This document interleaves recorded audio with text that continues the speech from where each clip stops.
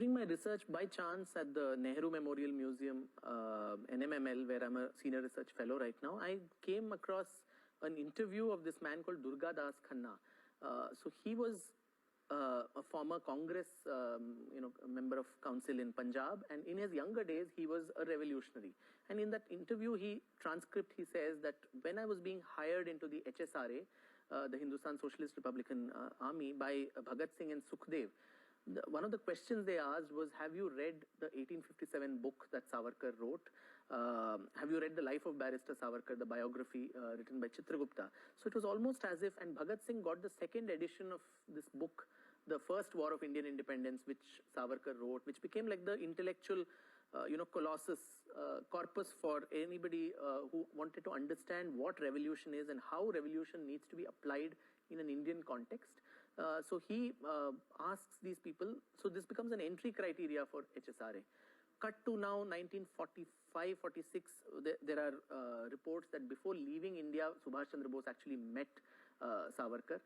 In 1939, and it is said that he advised him that do the same, 1857 model, infiltrate the British Indian Army, appeal to the patriotic sentiments of the Indian soldiers, then get them to defect and come over to the INA, which is what Subhash Chandra Bose also acknowledges in one of his radio addresses.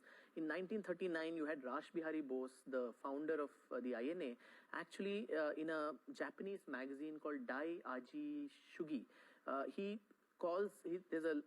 There's an article he writes on Savarkar, and he talks about his patriotism, his sacrifice, and in which he terms him as a rising leader of New India.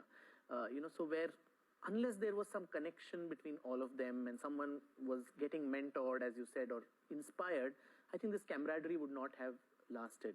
I think with Savarkar, he played a lot of Jekyll and Hyde, especially after coming out of incarceration. One was his health was in a mess after the incarceration. He, at such a young age, he had multiple ailments. He could hardly digest most of the things. He had arthritis, and most of the time he would fall ill. So active revolution, probably he gave up, but then a lot of overt and covert support to many of them. The Savarkar family talks about how people like Durga Bhabhi, Chandrasekhar Azad and others were given shelter in the Savarkar household when they were running for escaping from British custody. So there are lots of these stories which come up, which naturally on the outside he had to show that I have nothing to do with politics and revolution, because he had signed that thing, and he was not physically in a capable position to lead a revolution. But then his mind was there, and the fact that if he has helped the INA swell its ranks, and that is what led us to our ultimate freedom. So I think if one connects the dots, it becomes very clear